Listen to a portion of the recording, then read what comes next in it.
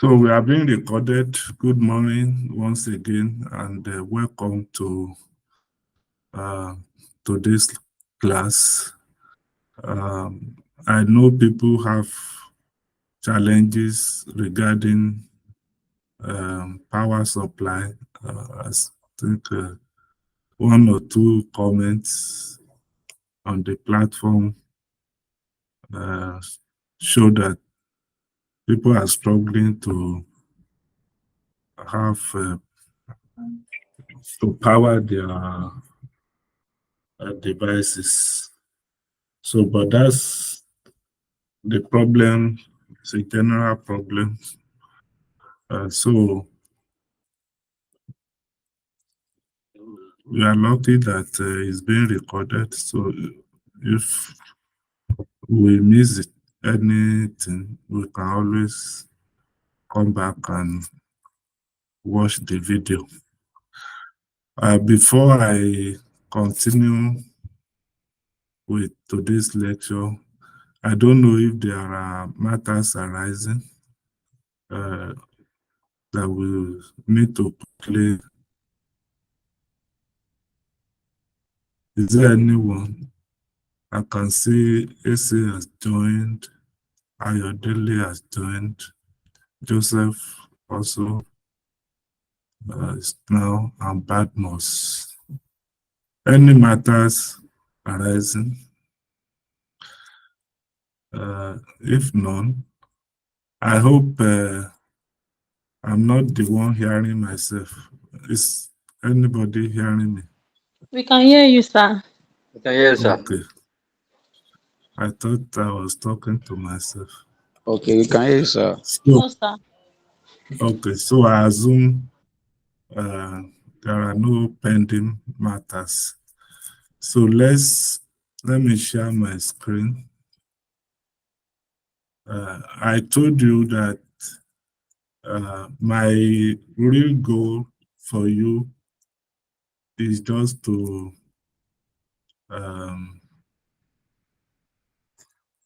expose you to some of these tools and make them so practical that you are able to use them, and also, if possible, educate others on how to use them. So these are the modern tools for getting insights from data. So here is our usual the classroom, and yeah, I guess Honey is still working on the quiz. Honey, are you there?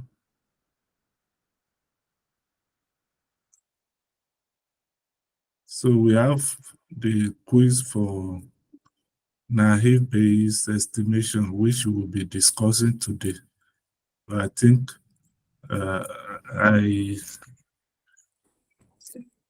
I didn't send it early enough. I think late yesterday, so I'm sure Honey is still working. Good morning, sir. Good morning, Honey. Sorry that I put pressure on you sometimes. No, not at all, sir. I'm working on it already, sir. Okay, so it's supposed to be a pre-lecture quiz, but notwithstanding, it's going to be a post-lecture quiz this time around. The idea of the quiz is also to bring out the salient concepts, and then to also force you to have a very deep look, a thorough review of the material. So to lecture, which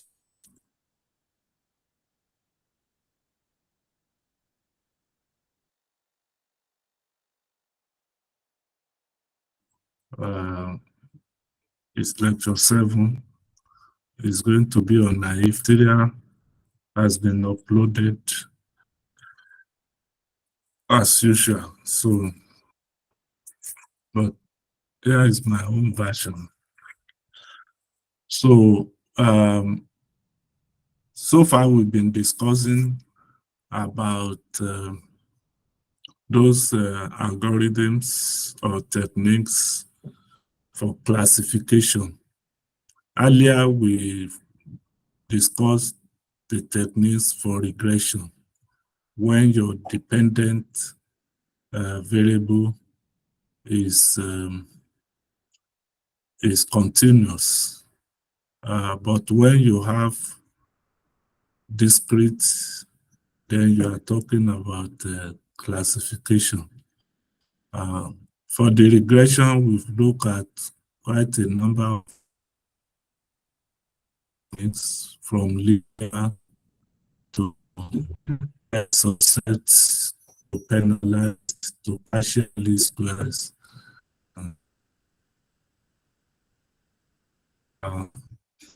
They are not exact. Maybe in future you'll get more. Started looking at techniques for discrete dependent models. So we look at the binary logistic regression. We have also looked at the discriminant analysis, and we were able to even use it for dependent variable with 3 or more classes. So here is yet another technique which is going to focus on classification tasks. So the naive Bayes estimation is, of course, you are familiar with Bayes' theorem. And Bayes' theorem is connected with probability, so conditional probability. So the foundation of this technique, or rather, you can say this technique is in the family of probabilistic algorithms. So it has its foundation in the concept in probability theory, rather. So our discussion will focus on how to estimate, how to also to know the underlying principles, the implementation, and the practical applications. So the key objectives are outlined there. So it's very important that at the end you understand the fundamentals of naive Bayes estimation. What are the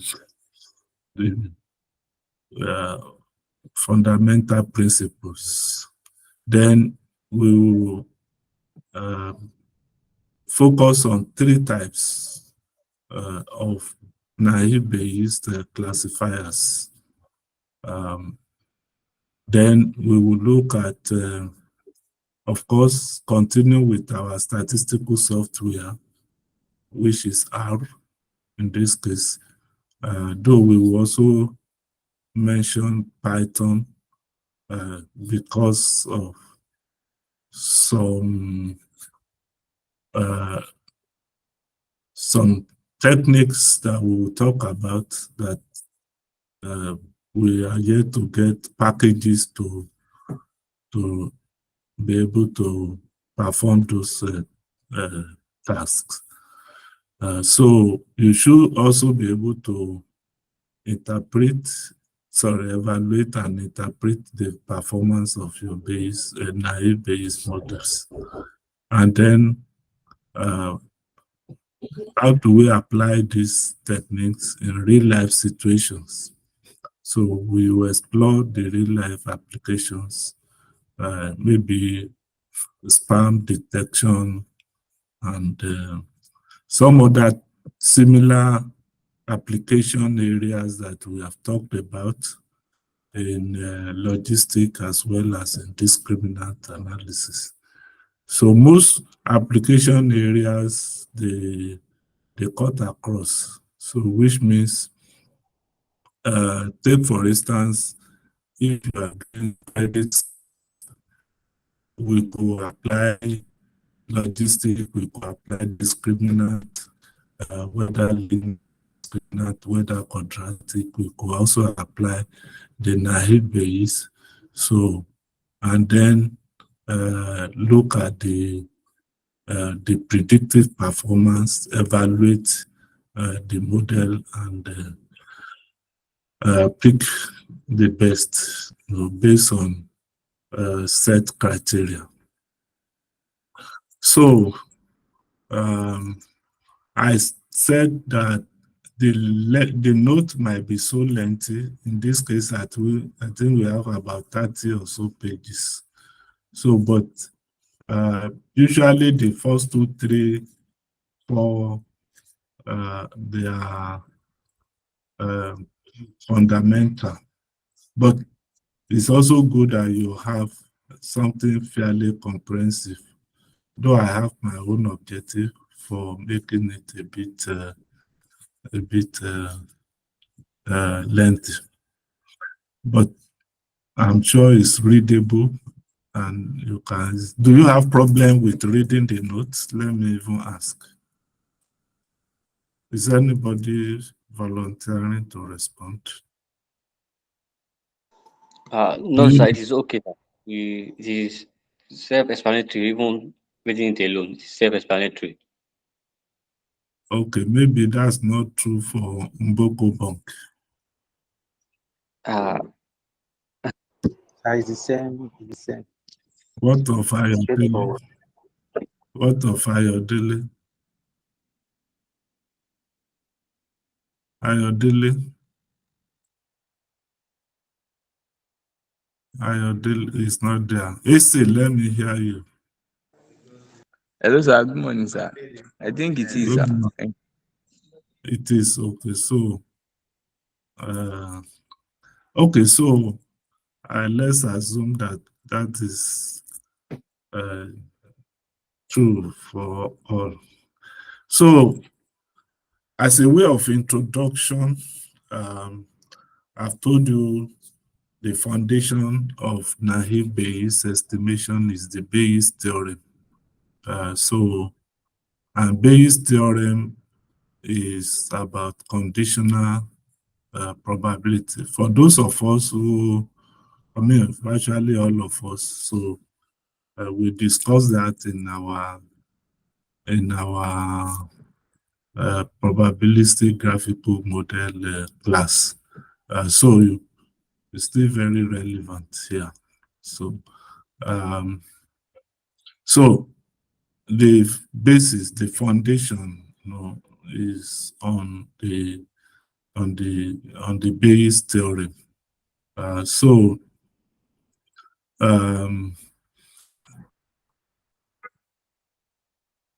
And the definition, the naive Bayes, by definition, is a family of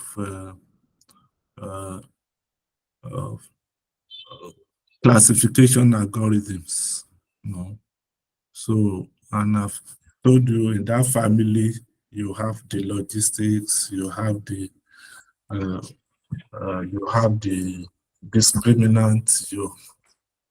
So now you have the naive in that family. So there are basic principles that underline this approach. One, it uses probabilistic approach to classify individuals, to classify cases into the appropriate class. And the classification, they are based on the features. The features are the inputs or the independent variables. So the features they determine how a particular case will be assigned to a class. Remember, your dependent variable is in categories. So you have, it could be in two classes. So the beauty of even this base approach is that you could have binary classes. You could also have multinomial classes. So you could have two or even more classes. So you could have as many classes as possible that you want to classify. So, but it is based on the features, you know, and the features are then processed in a probability is processed, you know, probabilistically, so to say. And then the highest probability, the class with the highest probability will then be the one that will the case will be assigned to. So that's how it works, and it's based on Bayes' theorem. Bayes' theorem itself is a conditional probability concept. So one key principle, which of course is also common to other models, is the independence assumption. And I've always emphasized that randomness implies independence. You know? But in this case, our concern is about the features, you know, the inputs. So the key assumption is all the features are independent of each other. Uh,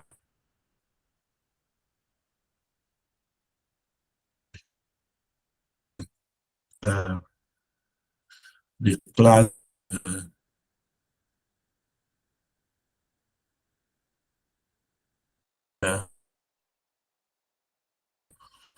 so in other words,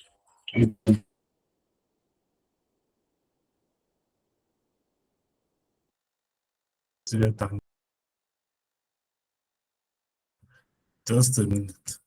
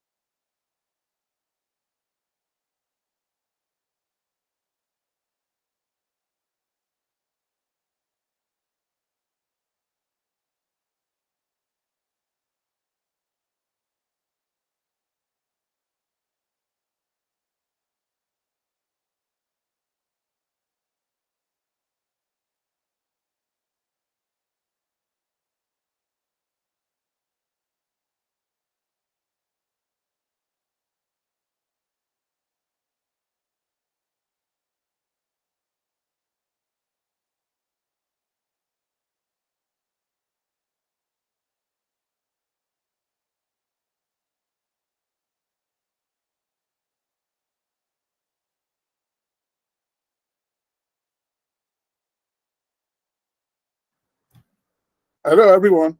Yeah, so Prof is around still, but I think Prof wants to do something. Prof, okay. Okay, so we've been looking at the Bayes theorem, and like Prof said, this is something that we talked about in the PGM class. Okay, so it's basically conditional probability. You can see that the Bayes theorem says that the probability of an event given another event. So in this particular instance, there are two events, C and X.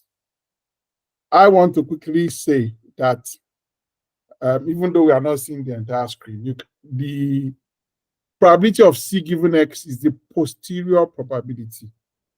An example that can help us is the issue regarding domain expertise.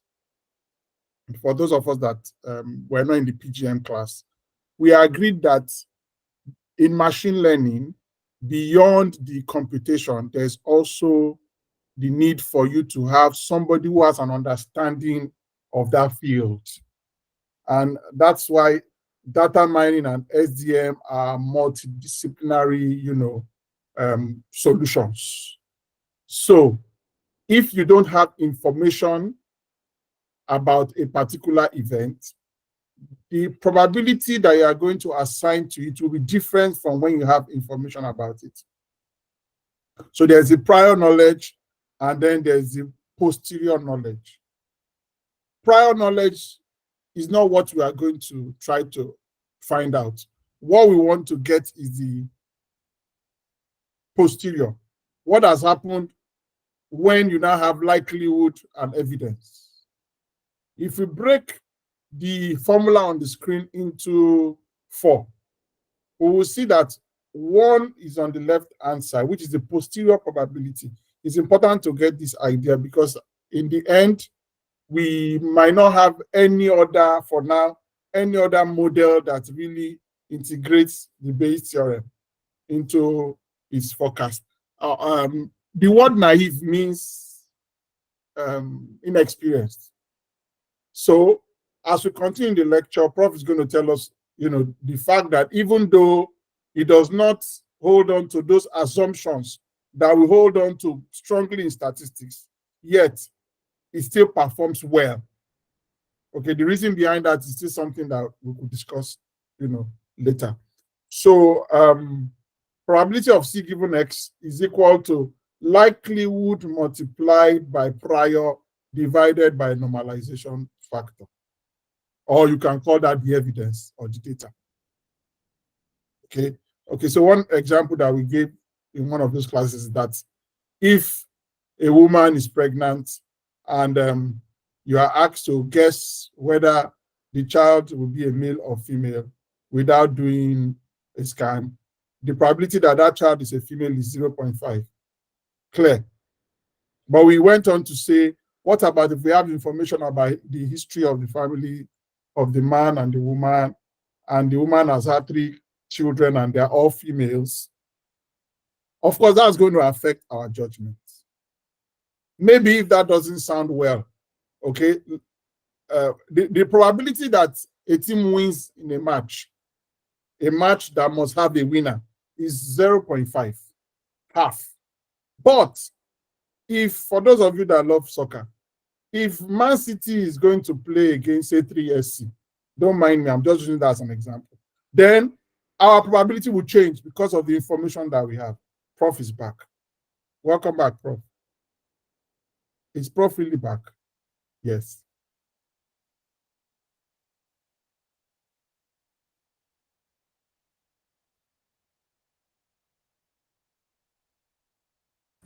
Yes, I'm trying to be back. So sorry. I said earlier there might be frequent interruptions. So sorry for that. They've even taken light here now, so the place is dark. Let's just manage the situation today. So let me continue. So I was saying that for the three basic principles that underline the naive Bayes estimation are probabilistic. It's a probabilistic classifier. In other words, simply put, it uses probability to classify, unlike the other ones. Even though logistics also uses probability, but this one uses the posterior probability. So the highest probability, it calculates probability for all the classes, and then the class that has the highest posterior probability is then the one that the object is assigned to. So, but the probabilities are analyzed or obtained from the analysis of the features, the input features. And the probabilities are based on Bayes' theorem, conditional probability. So the key assumption regarding the features are that the features are independent, which simply means that the features are not are conditionally independent of the classes. So you are familiar with the Bayes theorem. So the Bayes theorem simply says that if you have this is the class, C is the class, and this X is the features. So your dependent variable is where you have the different classes, and the X's you can see consider that as the as the vector containing the various features. So the conditional probability is saying here that the probability that the posterior probability of a particular object being assigned to the class is conditioned on the features. So and therefore using the Bayes theorem, you get this formula. So you already know this formula before. So this is the likelihood, which is the probability of the features condition on the classes. This is what to get from the data itself, but this one is the probability. That's the prior probability of the class itself. For instance, if we are modeling, if maybe this, if we are modeling, if this is our Y, which has class 1, class 2, let's say 3 classes, and we have X1, X2, X3, can have up to XK. So what we are saying is that the conditional probability of anyone being assigned to class 1 is conditioned on this X vector. So this one, given the usual the standard Bayes theorem. This is the probability. This is the likelihood, which is the data information, and then the probability of the class itself, and this is the total probability. Now, this probability, as I said, is the likelihood, which is the data information, but this is the PRAL, which we all know. But this PRAL can be obtained from the data, and that's what I want to explain. So if our data is so let's say we are looking at yes, the data on Titanic, and we are looking at whether survived or not. So survived is our dependent variable, and that survive is the features are age, the class of the passenger, and many other things like that. So it's either yes or no.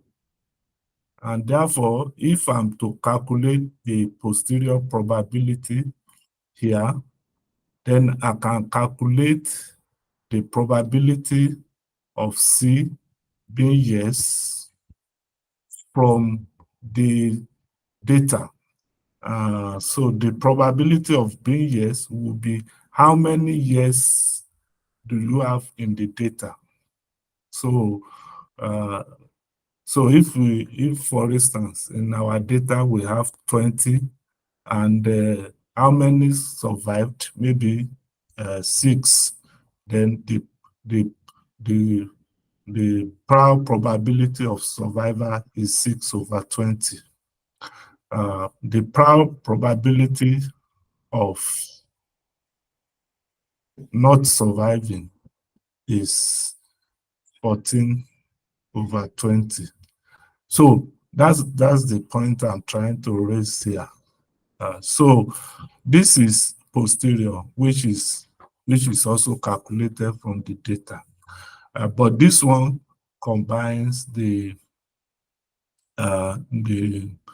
features completely. So this is based on how the features relate with the classes, but this is the total probability which we will talk about, which we call the marginal likelihood of the features.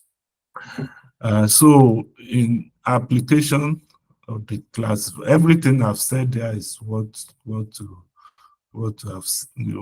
see here. So you could have several classes, and you could have also several features. So you have in this feature x, the x vector, you have n features, so to say, and then you also have a class.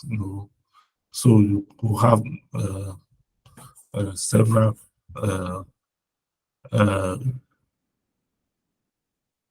you could have 2 or more classes. So this is how the posterior is then calculated. That is, this is the posterior that you are calculating. This part is calculated, and is calculated based on this. You will see now that this is no longer equals to, because this marginal we have suppressed it. So this is now proportional.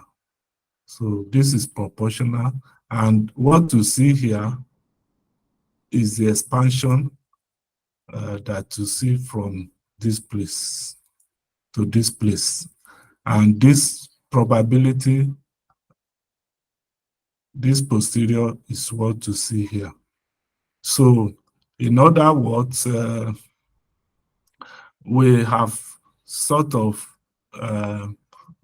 we are only computing the approximate, conditional probability, and so this will be calculated for each of the classes. Like I said, you have survive yes, you have survive no. So this conditional probability will be calculated for all the classes. If we have 10 classes, it will be calculated. Then how do we now assign an individual? Then it will be based on the maximum probability. The maximum conditional probability will then be used to assign an individual to a class. So this is the class with the highest posterior probability will be chosen as the predicted class. That's what these expressions, that's what it's saying. So I've talked about the assumptions of independence, but we need to understand that in the concept of conditional independence. Most people, it's a concept that you have come across severally. For instance, you go have, let's say, Peter and honey in this class. No, so if I don't want to use a funny example, but Peter will understand, honey will understand. So if Peter gives birth to, I don't know if he's still giving birth, if Peter gives birth to a baby, so let's say the baby is a girl. Now we know what the outcome is. So we can, if we want to now look at how is honey's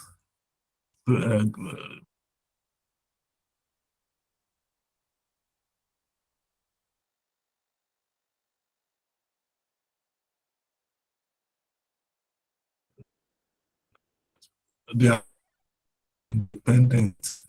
The fact that I know what Peter gave birth to as being a boy will not determine what the gender of the baby honey is expecting. So if I have Peter, I have honey, they are conditionally independent of the gender of the child they are expecting.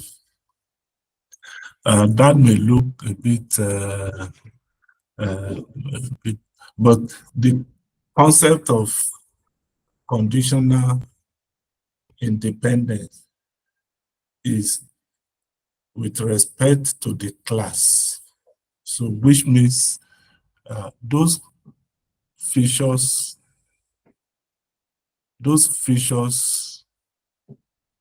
they are conditionally independent of the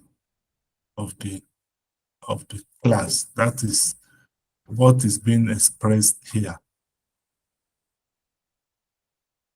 That is what is being expressed here. So this assumption actually simplifies the way we are able to compute the probability. No? So it makes it easy now to compute the individual conditional probability. So for each feature condition on the class, so I can now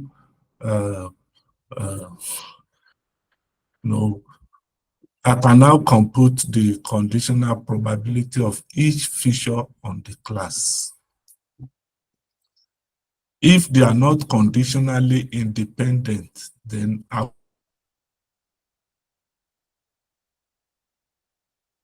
will not be able to do that. So the assumption of conditional that x2, then I cannot talk of conditional independent of x1 given the class.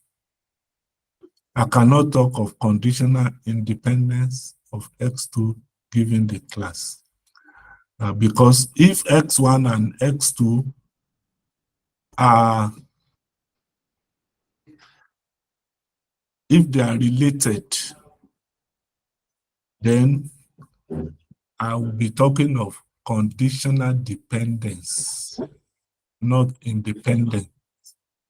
So the independence assumption allows the naive classifier to scale to large data sets, and that's why we could have high dimensional data and still be able to do, so we could have large number of features.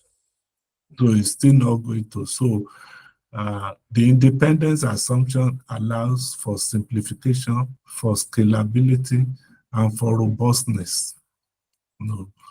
So in practice, it often performs very well, particularly if this assumption of independence, if they hold. So, but there are limitations, and the limitations still borders around the independence, because in real life, you are not likely to have a situation where x1, x2, the features will be fully independent. So you are not likely to have that, so that is one major problem. So, but this violation can affect the performance of the model. But despite that, it's still considered to be robust. It depends on how strong the independence, or how strong the relationship is, or how weak the relationship is. So that's the general the overview of this technique. Now let's talk. I've talked about let's talk about the types of Bayes classifier. This one is very important. One, we have the Gaussian naive Bayes. Gaussian naive Bayes. The Gaussian naive Bayes assumes that these features, we have the dependent, you have the x1, you have the x2, and so on to xn. So we know that this one is discrete. So it represents class or group. So it's discrete. So you can have C1, C2. But the Gaussian assumes that the features they follow normal distribution. They follow the Gaussian distribution. And if they follow the Gaussian distribution, it requires that they are continuous. So which means in the Gaussian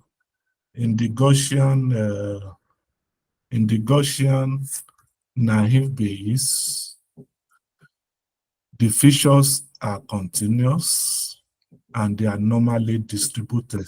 So you cannot have discrete among the features. You cannot have discrete or categorical variable among the features. All the features must be continuous and they must be normally distributed. So that's the Gaussian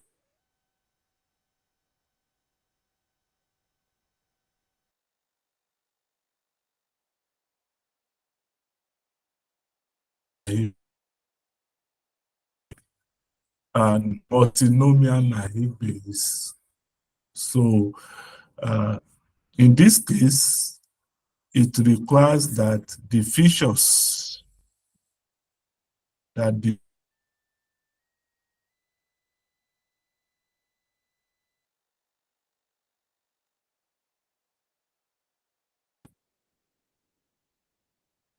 yeah. So x1 is not on it's not on nominal, it's not on continuous scale, but rather on nominal scale. So so if that is the case, then you are talking of multinomial multinomial naive Bayes. The third one is the binarily naive Bayes. So binarily naive Bayes, in its own case, requires that the x's are mostly binary. They are binary.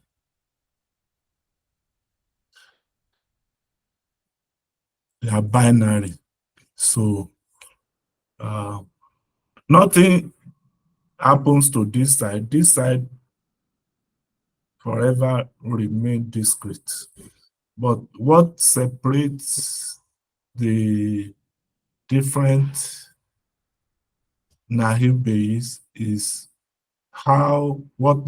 the measurement scale of the features. So if the measurement scale of the features, if they are continuous, then you are talking of the Gaussian. If they are all discrete, then you are talking of the multinomial. And if they are all binary, then you are talking of the Boolean or the binary, naive Bayes. I hope that is clear to everybody. So let me hear if there is any question, if there is anything I need to make to clarify. Good morning, sir. Huh? Good morning, sir. Good morning. Thank you. Yeah. My question is based on this application of Bayes theorem. Yeah, we are still going to talk about the applications, but go on with based on the Bayes theorem. Said we have prior knowledge before we know the data, we get the data, and the data is the likelihood. So now, why is it that now we are now basing the file on the data we get? Like, why are we generating the file from the data we get? Yeah. So I understand your question. Yeah, one way to explain that is even in the prior, it assumes that you understand the phenomenon and you have information about it. So the naive Bayes approach is not one in which you bring your out of data information to the analysis, but it also uses, by the time we look at the example, take for instance, even this one, I hope that will address. We talk about the iris data, if you remember, and the iris data, we have species, different species, Cetusa, versicolor, and virginica. This is what we have in the data. So normally in the data, of course, we are trying to predict what species should we classify the flower based on the various features, the petals, and the whatever that are measured. But the data, you already have how many species are actually Cetusa, how many are versicolor, and then that information itself gives you a rough probability of a flower being classified as of the flower being classified as Cetusa. or versicolor. But that's not the probability you are using in any case. You are still going to now look at the probability of the features given that class. That is, what is the probability of the feature, maybe petal width or petal, given the class. That is the data information we are talking about. I don't know if that if that explains. So that's the way I've been looking at bias theory, like Bayesian analysis in general, because I've been thinking, because thought someone did his project on cryptocurrency. I've now been thinking that how did that person get his own bias, like his own power knowledge, whereas in the presentation there is no particular place where he talked about using a particular distribution from the beginning. So that's what has been in my mind. Yeah, even in practical this thing, you can still assume a probability distribution for your prowl. For instance, I don't want to digress, but basically, prowl is about converting your own belief also to probability. And sometimes you don't even have information. So if you don't have information, you can still use what you know from the data to be your prowl, which can change. So, but our focus for now, our focus for now is this naive base, and you are not bringing your own prowl information to it. No, so the truth in the application is that the prowl is computed from the data. Is that clear? Okay, sir. Thanks, sir. Yes. So for the Gaussian naive, for instance, that's why the likelihood is expressed this way, because it uses the normal distribution. It assumes that the variables are normally distributed.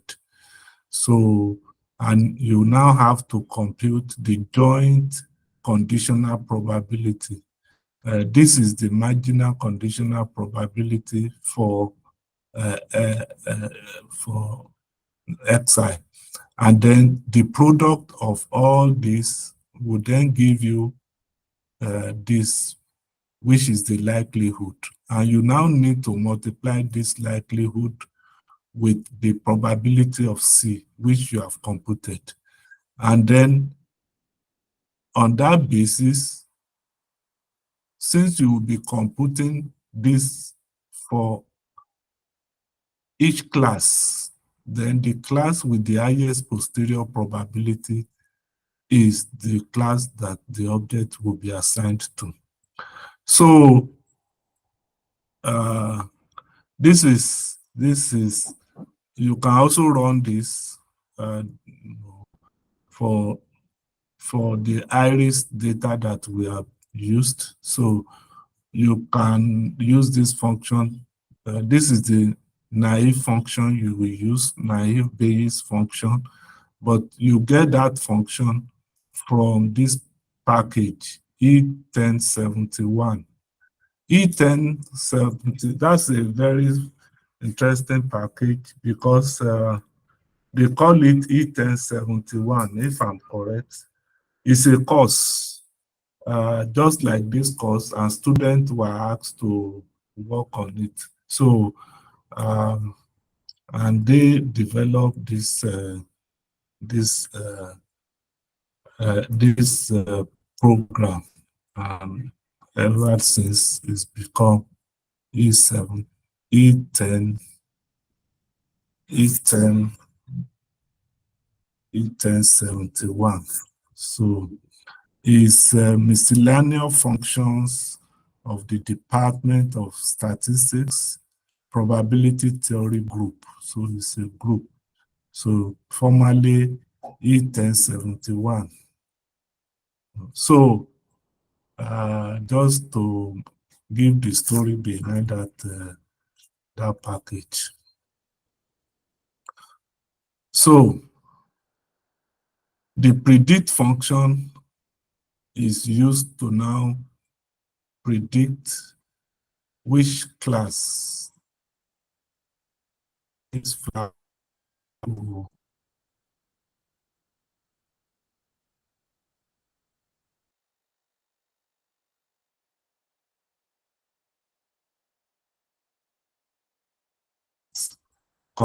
Matrix gives you the summary. So 50 were predicted to be in Setosa, and they were actually Setosa. 47 were predicted to be in Versicolor, and 3, but sorry, yeah, so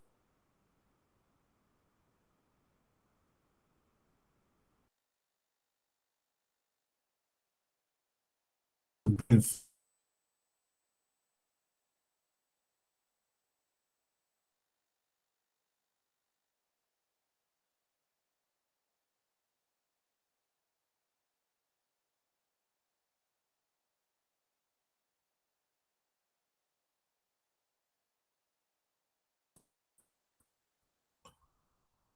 is somebody raising up hand?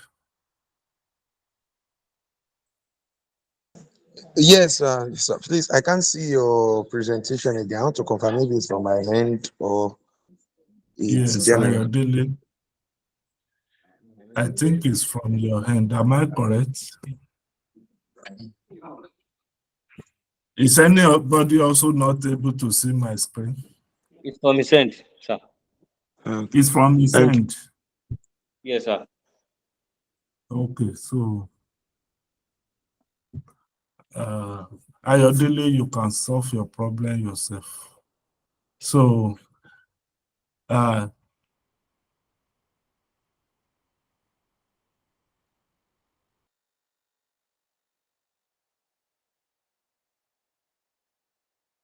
be commonly used in medical diagnosis. So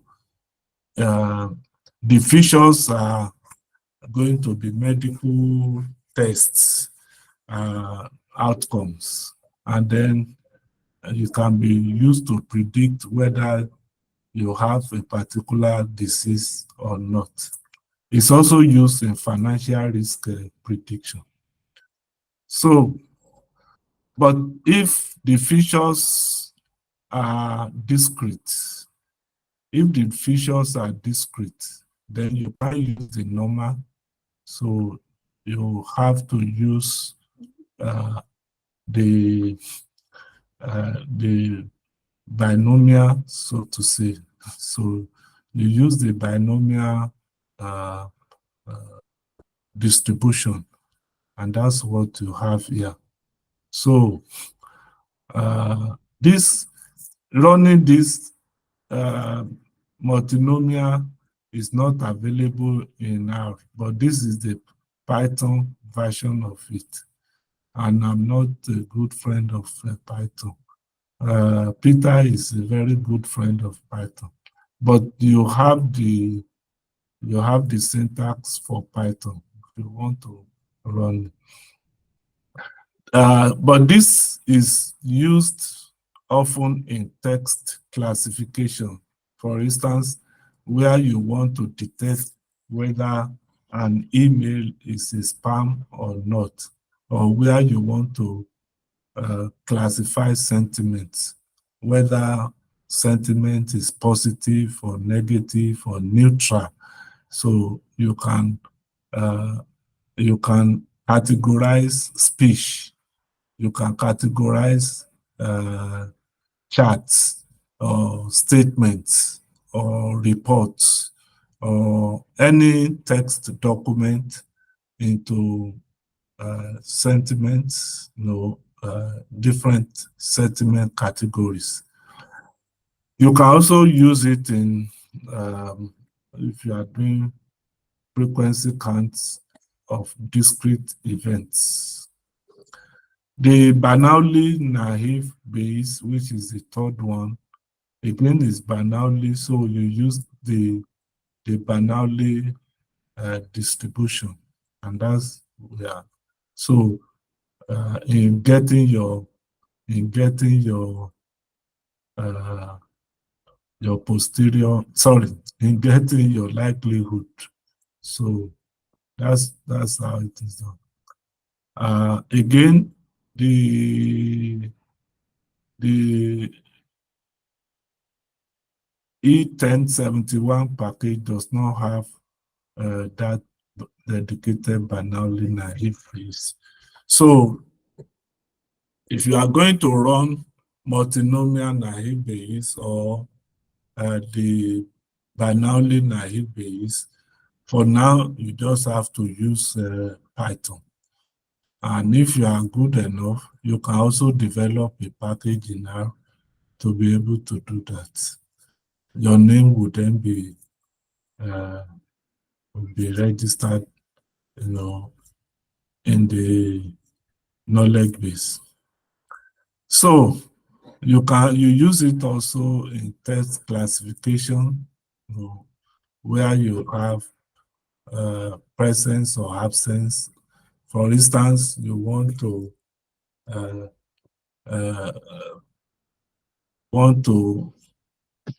you are looking for keyword in article. Maybe you are doing article review. You want to look for keyword in that article. So you can compile several articles, and then you are looking of the presence or absence of that word. Then you can use it also. Yes, let me quickly make a small correction.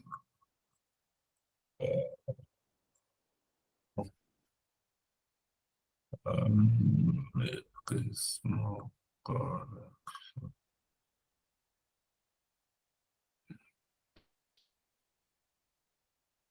Yeah, here.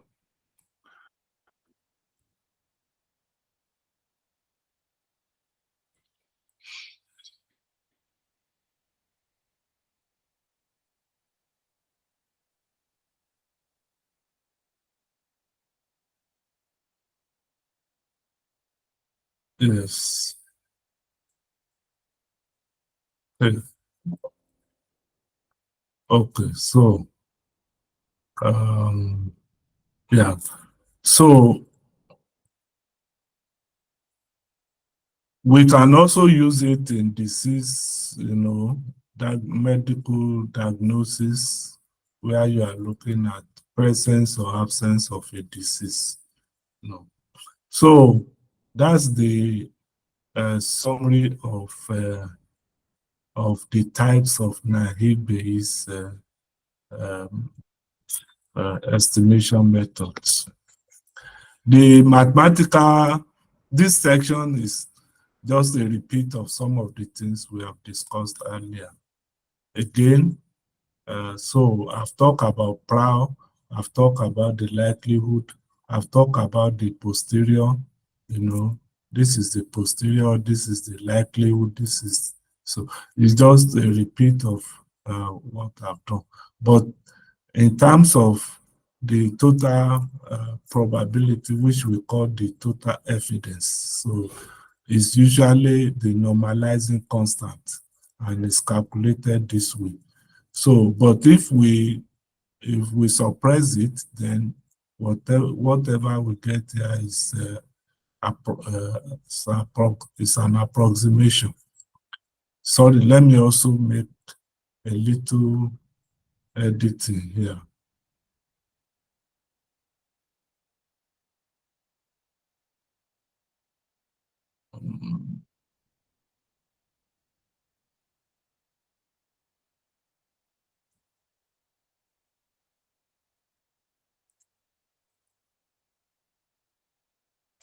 Yeah. Yes. Are there questions so far? Any question? So, if any question? Yes. No, Okay. not sir. Yes. So that section is this section is a repeat. So I've explained virtually everything here. So if up to this point, so this is what we call the classification rule, and it's going to select the maximum posterior probability as the basis for classifying. Logistic, we simply say, okay, if the probability is above 0.5, then classified as this. If it's less than 0.5, classify as this. Is using, that rule is actually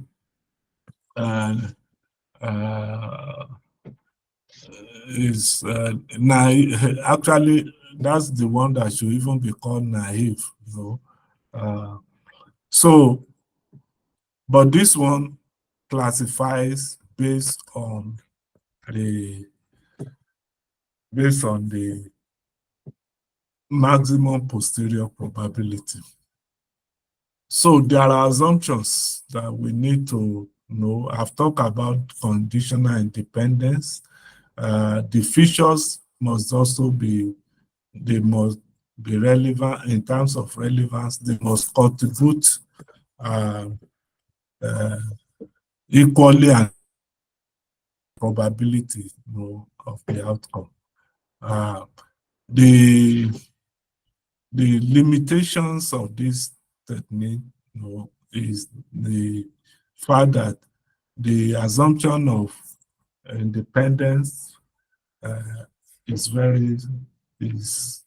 often violated in practice. So, and I've said it earlier, it's very rare to say all your features are truly independent. So that might lead to inaccurate probability estimates. But again, the technique is robust, so it's still able to classify fairly accurately. Then one major problem is where you have zero probability problem, and this can occur, particularly when you classify, when you split your data into training and tests, you may end up having a situation in your training set that a particular class is not represented at all in that training set. And that will give zero probability for the class. I just talked about the class, the Titanic class, and there are two classes: those who survive, those who who did not survive. Suppose in your training data, all the ones you have are those who died, no survivor. And your test data set, you have both groups. It means in your training, the probability will be zero for the group that is not there. And that creates a problem. So, but this can be addressed using techniques such as Laplace smoothing, which we assign a very small probability because it may be very, it may be, since you split your data randomly, it may be possible.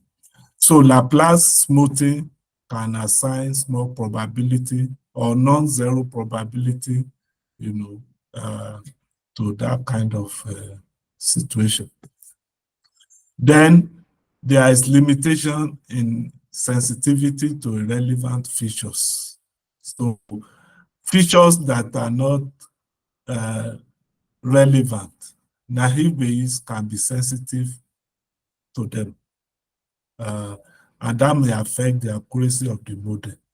So feature selection or dimensionality reduction technique can be applied, before you can use principal component, wherever any other data reduction, dimensionality reduction approach before you apply this technique. Correlated features, yes. Naive Bayes also does not handle features that are correlated.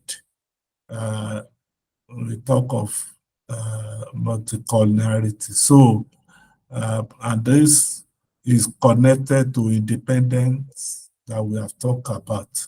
So, where you have correlated features, then that can lead to suboptimal performance in your distance.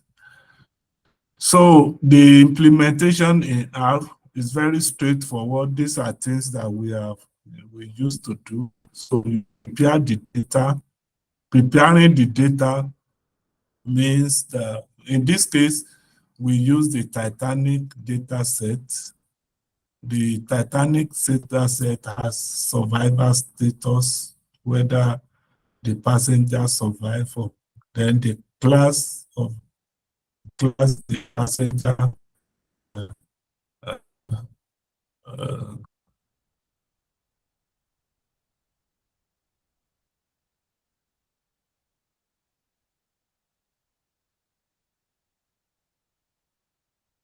used for this if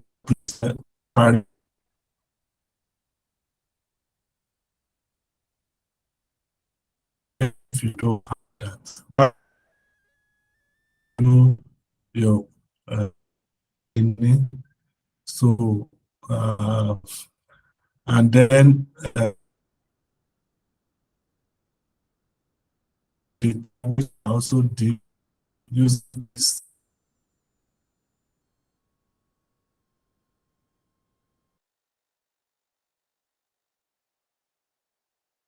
option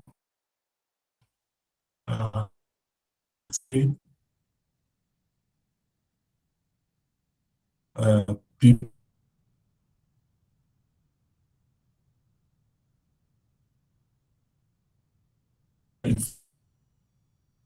variables. Of these data sets.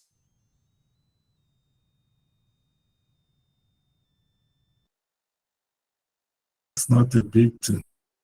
So this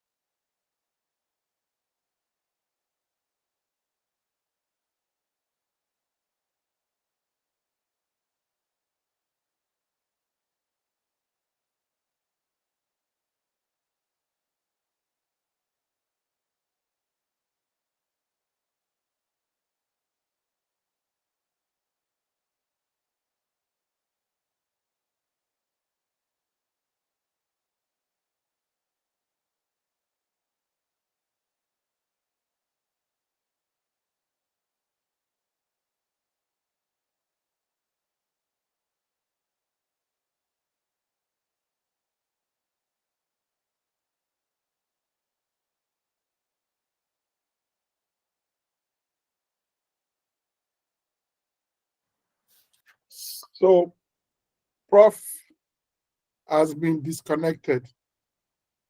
Let's just wait for a couple of minutes. I just sent him a message now.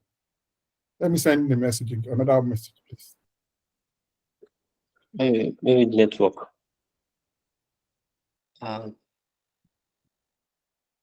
morning, sir. Dr. Victor.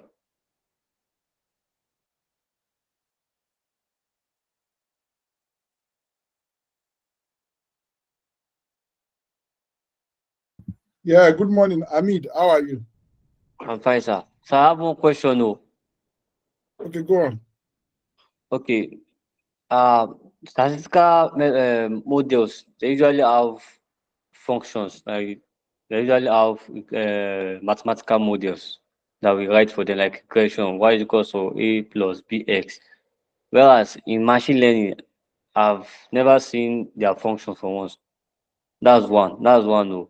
Like the model for, let's say, for naive Bayes, the model for naive Bayes, for natural supervised vector machine, I've not seen their own model, mathematical model. That's one.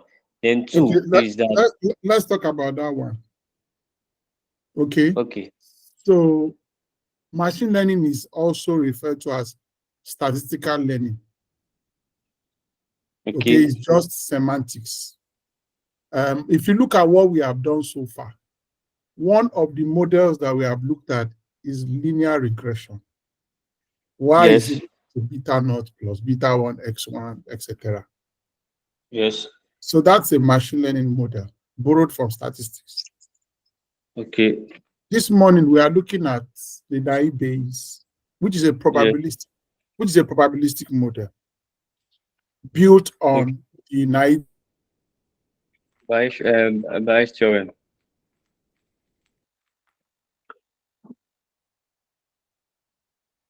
Sorry, my network. I don't think it's your network. I think it's Dr. Peter's network. Okay.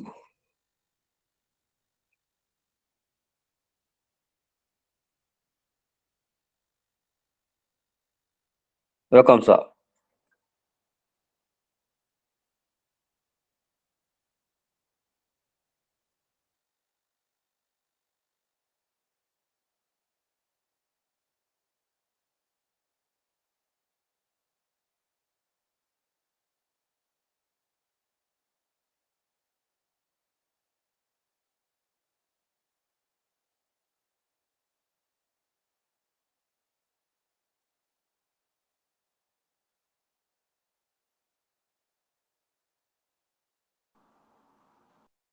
Future, yeah, maybe you answer that question, no. Future. Well, they have models now. They have mathematical models. All of them they do. That's the shortest answer I can give. They have mathematical representation.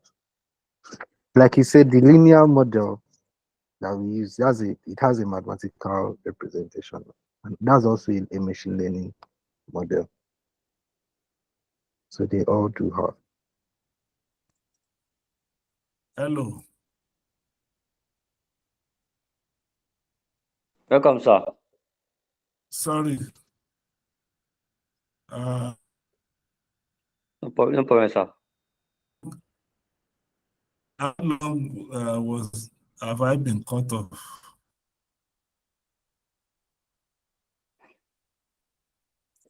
How long have I been cut off? Like 2 to 3 minutes.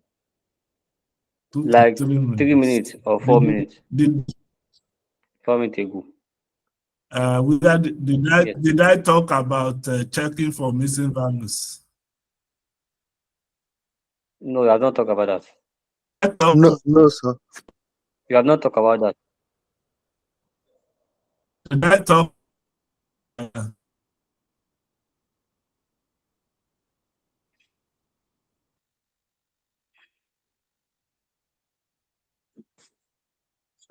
Preparing the data. Yes, you are talking about preparing the data. That's where we are.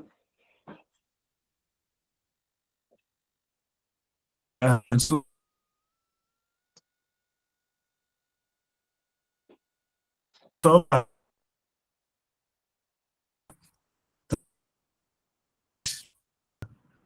in this case, we are using the Titanic data set, which has survival status of the passengers, the class of the passengers, the age, the sex, and all of that. And I said we got the data using directly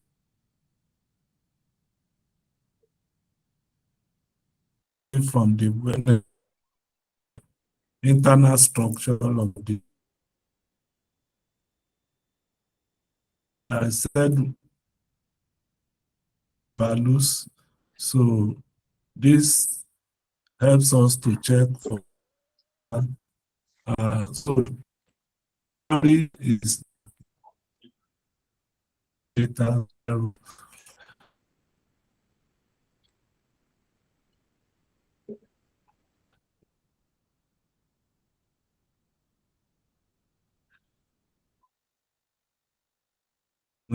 passenger class sex. You now use the factor function to convert them to for analysis. Then you can split the data now into train and test that using this 0.8 proportion.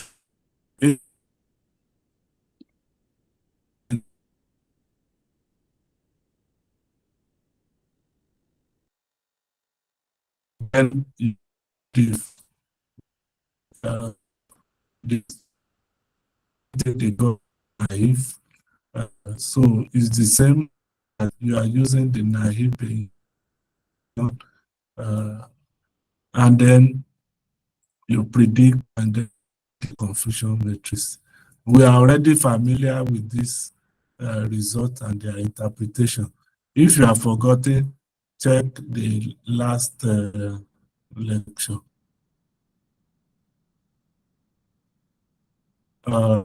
The naive based. I think so. Eventually, what did I do? Yes, all I did was to now convert in the case of multinomial, I only use variables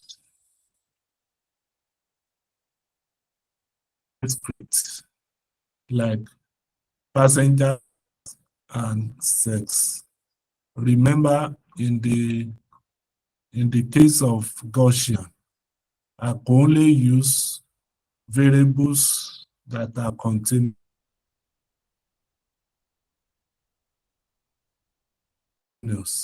Age is continuous, and the fare, the amount paid, is also continuous.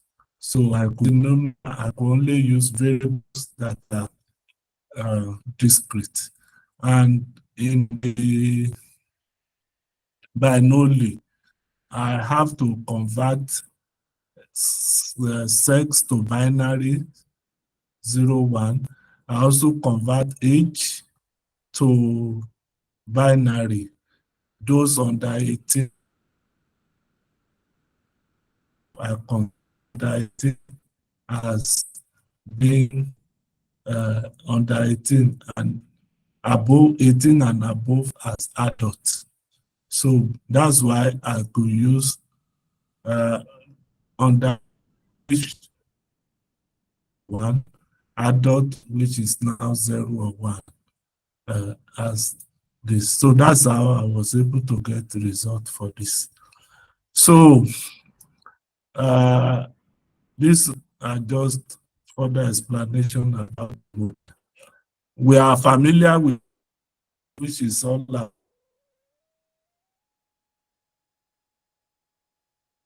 about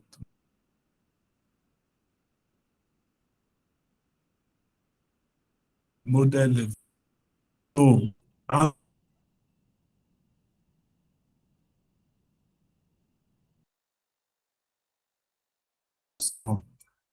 so these are methods of accuracy of the model, and they are all reported here. You will see the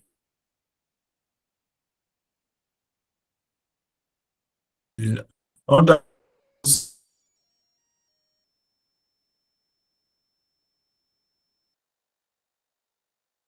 use ROC curve and AUC. We discussed about that.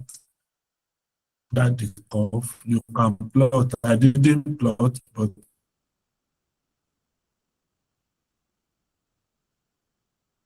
so,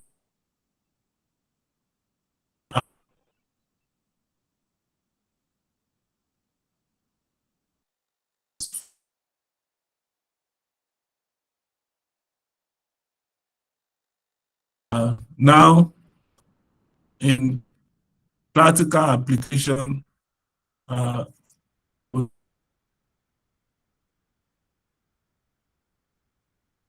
have example of span detection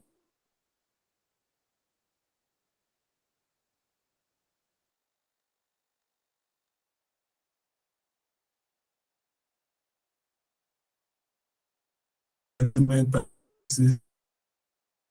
How you go about the model, the features, the rules. And in medical diagnosis, if that is where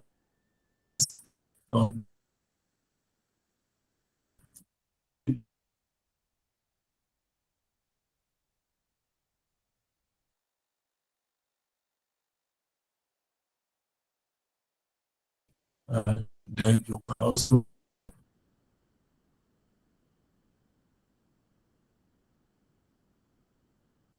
uh, the-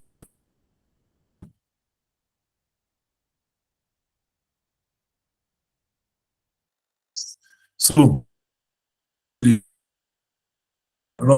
finally about the advantages and disadvantages. Yeah, so we do it.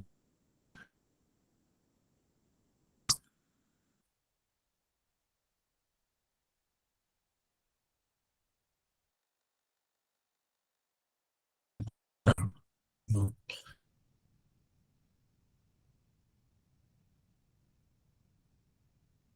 We love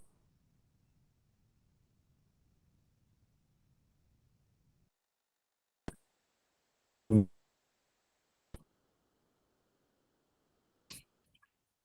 and we repost the device. Give you the kitten. These other ones, they are just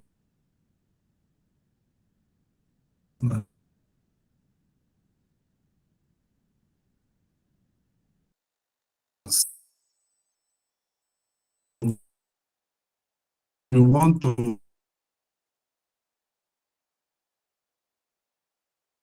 use data with Gaussian and Hilbert.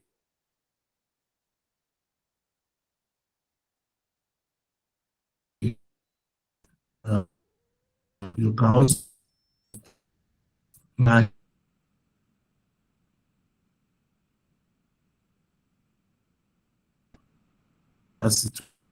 imputation all of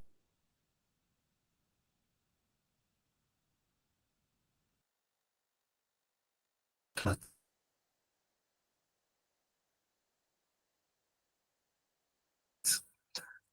If you have to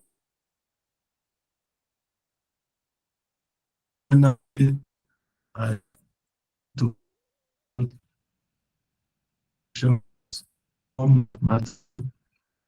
the solution also provided to maintain the country. Then push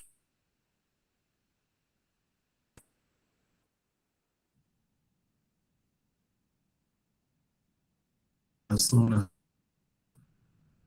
it is I'm able to gain 20 minutes.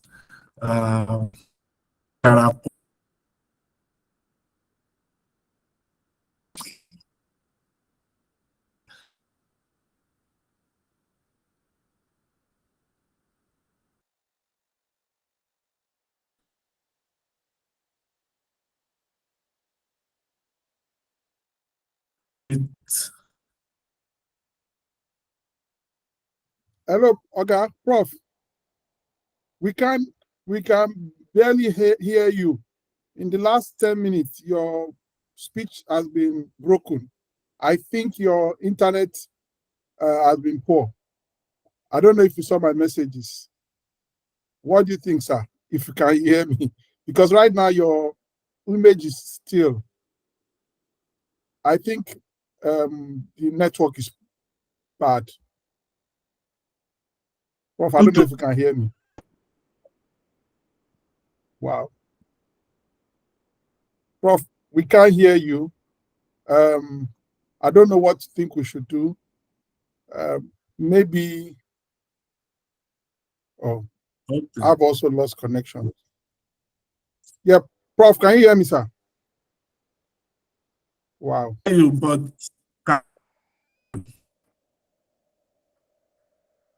Prof, I can't hear you, but I think that can you hear can me? go off and join Can again, you hear me now? and then maybe you stop sharing your screen. Yes, I can hear you now. Yes, I heard you now. But it's broken again. Can you hear me? Yeah. Wow. The network is breaking. That's why. The can hear you, but the network is breaking. It's breaking, so you can barely make a sentence.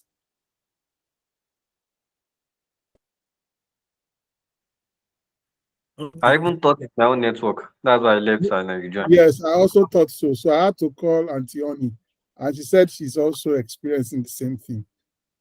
We have like 80 minutes to the end. Prof, I don't know what you want us to do, but maybe we can discuss. Yes, let's discuss as a class.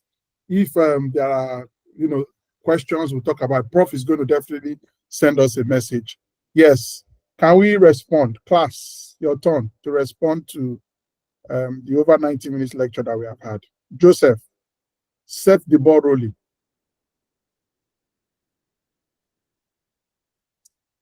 Hello, Joseph. Hello, sir. Good morning, sir. Good morning, sir. We had a problem. Are you party? Yes, we had a problem with hearing Prof, but we are overhearing you with several echoes. Any comments from you, Joseph? I'm so sorry. What? Oh my God. Don't worry. Just mute. Doctor Lokere. Yes, I can hear you, sir. How are you, sir? Good morning. How are you? Doing great, thanks. Sir, please join the conversation.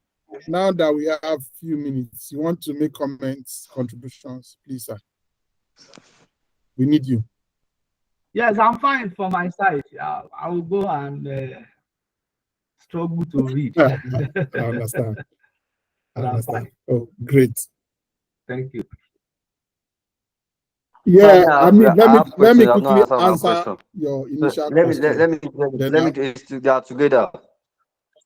Don't worry, don't worry, don't worry. We'll hear the second one. Okay. Your initial question was that you realize that machine learning models do not have functions the way we have it in statistics.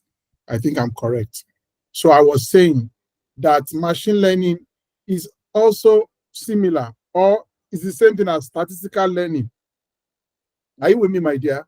So what it means is that those same functions that exist in your statistics, when they now focus on using data to make decisions, they are the same thing that we have been using all the while. So there's a function in base, which is that conditional probability you saw. There's function in regression. Remember that every time Prof taught us a model, he gave us linear regression. And when he began to regularize them with lasso, ridge, and elastic, he added the regularizer, okay? So they are also functions. So the truth is that there are also functions in machine learning, but they are not as emphasized as they are emphasized in statistics. So that's what you must have realized, because the bulk of machine learning is about feeding your model with data so that it can learn from data and then make forecasts. It is not the kind of models that we build in traditional statistics. Does that answer your question? Okay, okay, that's one. Okay, it answered. Okay, Now, hold on, Hamid. Obokobon, you have concerns, comments? No, for now, I don't have any consent. Okay, great. Yeah. If anybody has concerns or comments, let's aggregate them, put it on the platform so that Prof can have an idea. The last 10 minutes of his lecture was difficult for us to catch up with. And you could also see that material is loaded. If I were in your shoes, these are the things that I will start talking about. Things like classification reports, confusion matrix. How does it work? Then I'll be talking about where is this regression? Where does regression align with classification? I should be asking those questions in my mind. Prof is back now. Prof, welcome back, sir.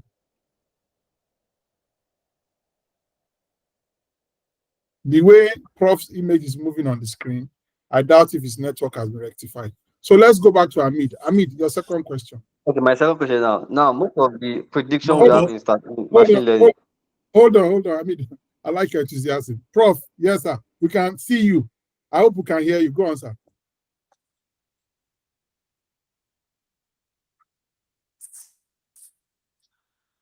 Can you hear me? Now, well. Yes, we can hear you, sir. Yes, sir, we can hear you, sir. Okay, sorry for the disconnection. I think it's better we just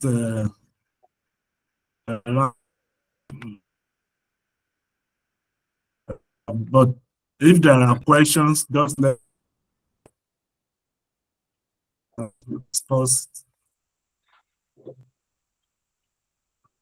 Do I give a quick summary of the? So, Prof, we are back to the same issue. Your voice is breaking, perhaps because of poor network.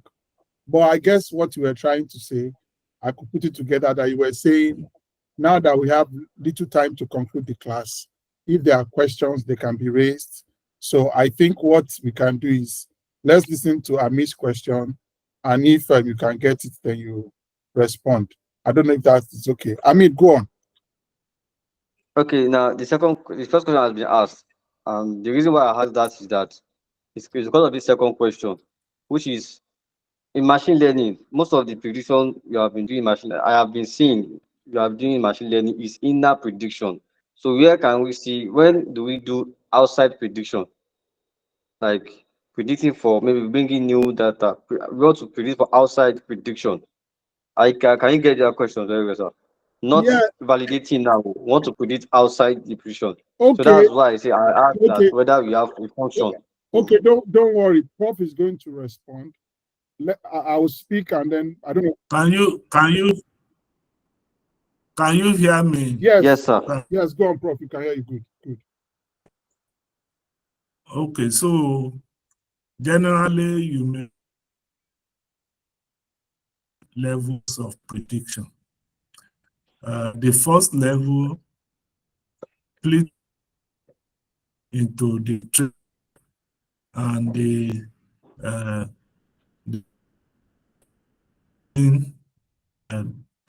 dates. So in the testing,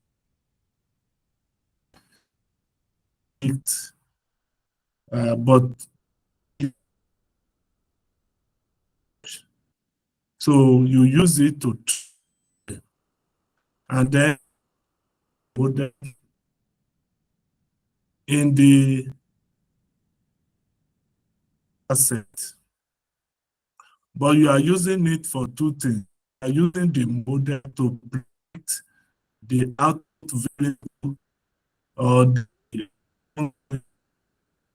the test. Now, the second thing now that you will now predicted value actual value to test the performance is when you have new data, you have data only for input variables, but you don't get data for the output. So that's the one I think question.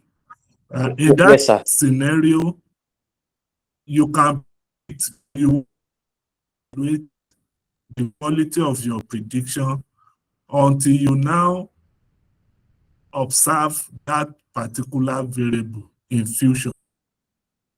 You can predict to the future, but you or not, or until you get, and then you are able to say, oh, predicted that happened or did not happen. Okay, Prof. Okay, Prof. So we heard you in part, and I saw your message. The class is almost over, so we'll take like 10 minutes. I'll round it off so that maybe we can begin to prepare for a trip. Thank you so much, sir. We couldn't hear you well, but we got the sense of what you were saying. Maybe what we'll do is we'll look for opportunities to round up the class. So thank you very much, sir. Let me just try to, summarize what we have looked at. So I'm going to share my screen. Let's see if I can do it in 10 minutes. If I can, good. If I cannot, still good. So can you see my screen? Can you see my screen? Yes, sir. Yes, sir. Yes, so let me try 10 minutes, okay? So your question, I will also refer to it as I try to summarize. Don't forget, it's a summary, a very, fast one indeed. Yes, sir. So there's no need to talk about all of this. We've seen them. So Yes, the answer to your first question, it is a function. We are using naive Bayes. It's a statistical model, okay? It's also a machine learning model. So that's the model. So now we agree that we use models, functions in machine learning.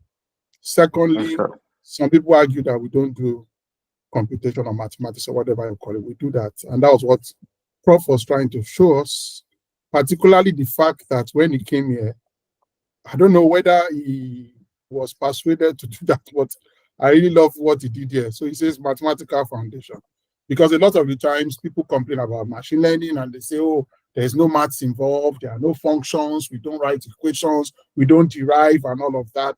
I get what they are saying. It's just because the majority of the people who have mastered that field don't have a mathematical background, so they de-emphasize it. Okay, so that's important. This is also important, the fact that there are some assumptions with naive Bayes, which makes it to be naive. And Prof kept on talking about conditional independence. You cannot have several features and you say they are independent of one another. However, despite that weakness that naive Bayes has, it still has a relatively high performance. Okay. The other thing Prof said was that when using this classifier, there are three types. There is the Gaussian, the multinomial, and the Bernoulli. The Gaussian is for analyzing features that are continuous, and then the multinomial and the Bernoulli are for features that are discrete. Having said that, permit me to just add something at this point. So far, what we have looked at are basically supervised learning algorithms. What do I mean? A situation whereby your data set has an output that is already known. Okay, so in machine learning, from what we said at the start when we're looking at machine learning, we agreed that for us in this class, there could be more.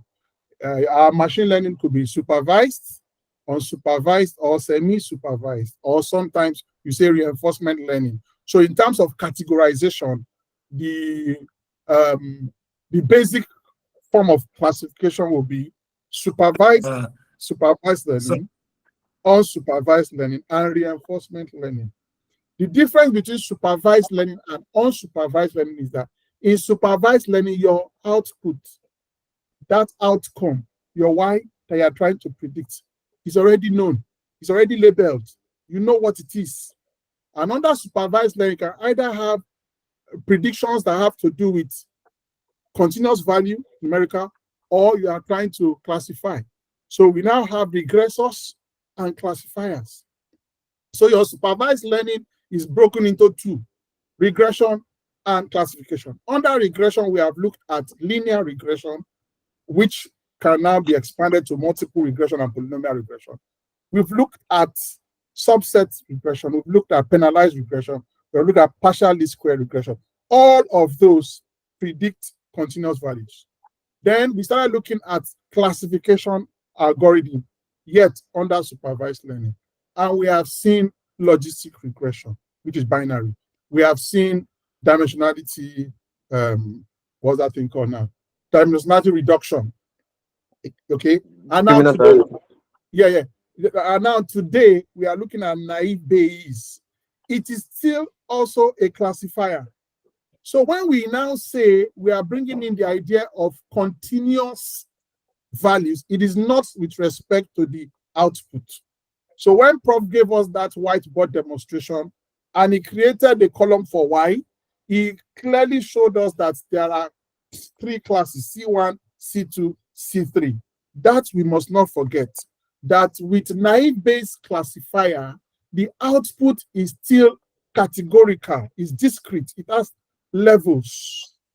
And then it's the features, the axis, that now determines whether you are going to use the Gaussian for continuous features or the multinomial or Bernoulli for discrete, features. I hope that summary has added value. So the next thing that we began to do was to look at the R implementation, the different application, and what's that thing that, where did we now stop? Let me just scroll down and see. They were looking at the Titanic example. Yes, I was saying if I were in your shoes, I will want to know how to interpret these results, because machine learning, statistical learning is not that useful if you cannot communicate this to, the user. Okay. So somebody comes to you and wants you to help him solve a problem, and you have this table and you give it to that individual, then you will not have done so much good. Which means that, again, referring to functions in machine learning, you will see that we now even have expressions that we can use to derive accuracy. Okay, we have expression for deriving recall, precision, F1 score. All of these are also statistical concepts. in machine learning, we also do visualization. We do exploratory data analysis. You can see the receiver operating curve, you know, and all BIC, AIC, all of these things are taken from statistics. So it is not that's necessary when you already have the statistical background and you are trying to, you know, evolve in machine learning, that will now spend so much time trying to derive all those mathematical expressions. That is why you might have noticed that you don't see much of functions. I want to end by saying that what Prof responded to, I didn't quite hear him, but I have a sense of what he was saying. So I'll take your question and then attempt to answer. Your question was, you discover that most of the time when we do machine learning, the data that we predict are also from the same set of data that we use to train. So the question is, how then do we see the performance of our model when exposed to new sets of data? Brilliant. First, important, don't go away, don't go without holding on to this one. Machine learning is not as tedious as even the data mining itself. Getting the data, making sure that that data has, you know, is in the form that will be useful to our model, you know, taking care of outliers, the noise, missing data, and all of that is so important that when we eventually get data, it is not wise to use all of that data to build our model.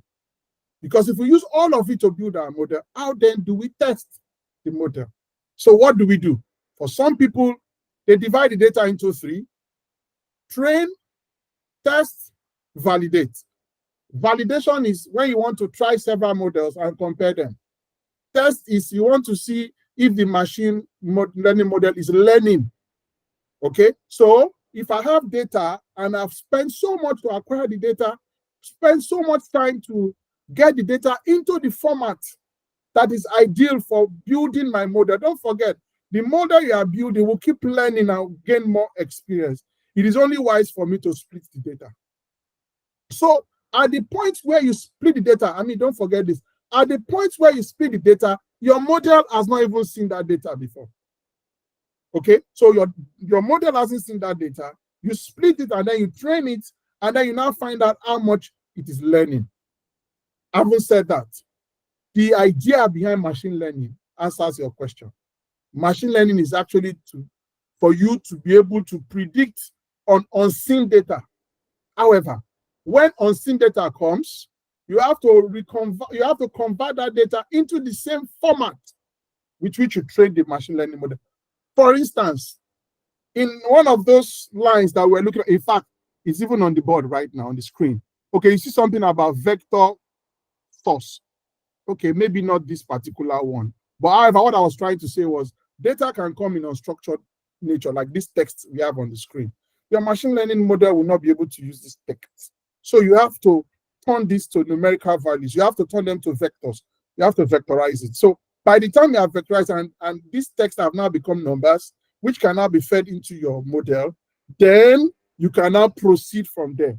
Why am I saying this? If you have unstructured data and you have cleaned the data and you have used it to train your model, when your machine learning model is exposed to a new set of data, you must ensure that in your solution, you have provided means by which you can also convert the new data to the format that will make your machine learning model to predict the desired output. I don't know, did you make any sense of what I said? Oh, I've been talking to myself. Sir. Yeah. So in summary, that's what machine learning is built for. Not just on data that is in the corpus that you are using, but also that when it is exposed to new data, it can actually predict accurately. But the burden of making your data to be structured in a form that is useful for your model is so much that you will now see that in most instances, what we have is you split the data and then you now use the test to find out the performance of your model. I don't know. I don't know. Any comments? So let me just go around the class. People say 1 minute. Bokobong, do you have any comments? On the last part, you're saying after building the model, after building and testing the model, now Yes. new data that you want to now use in predicting the outcome has to be Yeah. in the format. Let's say, Yeah. for instance, the word text Yeah. analysis, there has to be a vectorizer that will convert the words to numbers so that the model can take it in and predict.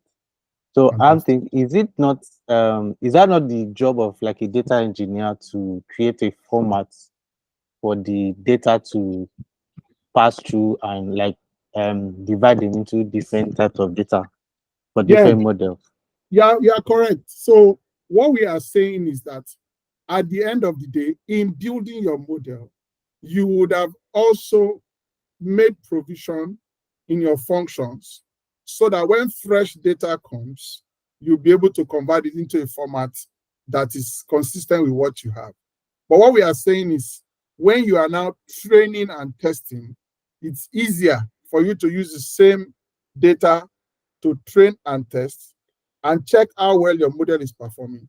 If it's not performing well, you try another model and then you compare the models. So that's why in the old pipeline, in the old team, you also have like data engineers who also contribute their code that will ensure that, of course, when you type a question and you use generative AI, it's not going to say, wait for me, I want to convert this to numerical value. It's going to give you the answer straight. So it's already built in the model. So what we are saying is not as if you, the user, will now convert. No, it's already part of the.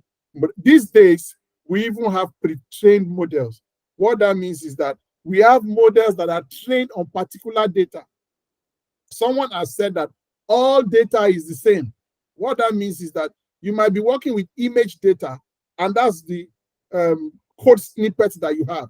If you understand that code snippet, and you are now supposed to use that to solve a problem that is text-based, it will still work. It's still the same structure. So what it means is that the engineer, yes, would have made functions in that your code that would make your images or your text to be converted to the form that your model can appreciate. So it's not a question of the user will now convert, or even it's at that point that you start converting. We are just saying that when you are training and you are able to get data, getting data is not even easy. Let me tell you an example. Okay, so in neuroscience, we talk about neurons, things you extract from the brain. Who is willing to submit his brain for you to extract the information from there? That's a very sensitive thing. If you extract information from my brain, you might be able to even code my brain and control me. So for those kind of reasons, during training, it's easier for you to break the data that is available to you into test and train, and then you run the analysis and then build in a function that will convert any other form of data. That's what happens in generative AI. That's what happens in ChatGPT. Those things are pre-trained models. In fact, these days, you don't even need to go and waste your time. You just go to Hugging Face, for instance, you bring data, plug it into your model, and then you run it. Something that was supposed to be for climate, you are now using it in healthcare. Okay, good. So I don't know if there's other questions so that we can round up the class. Honey, you want to have something? A lot of people have left the class. Honey, you want to say something? No, sir. Except I have one more question. Okay. So Ubokobo, go on. Okay, my question is on data feature engineering. Okay. So yes, so I want to understand. I'm thinking feature engineering. Feature engineering is field specific because now it's a question I'm asking. Yeah. In in in credit risk analysis. So if the features are, if you want to do a feature engineering, then you have features on age, on employment status, education, and a previous debts and all of that. Then you want to now do feature engineering. You now have to, the one that I saw, you now have to do you now have to do weeks to when they paid. How many weeks passed or how many months passed before they paid their previous debts? You have to like create new columns for the new features you want to derive from the old features.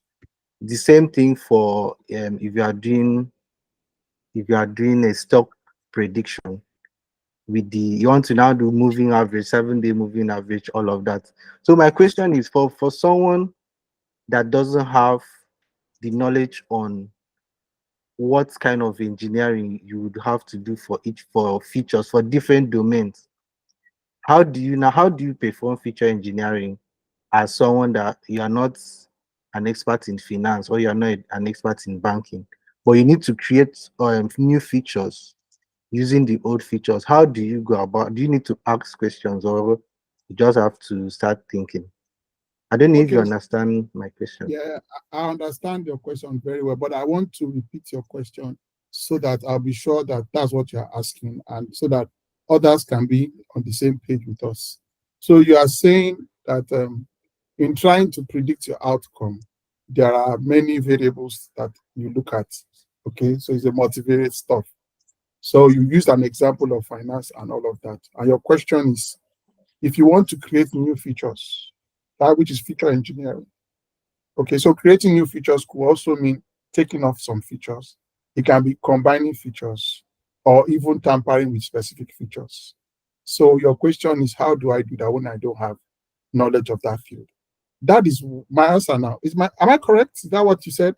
And did everybody get what I said? Yes. Yes. I guess that's what you said, because that's always a concern. So this is an ongoing concern in the field. And in fact, with the generative AI, it's a much bigger concern.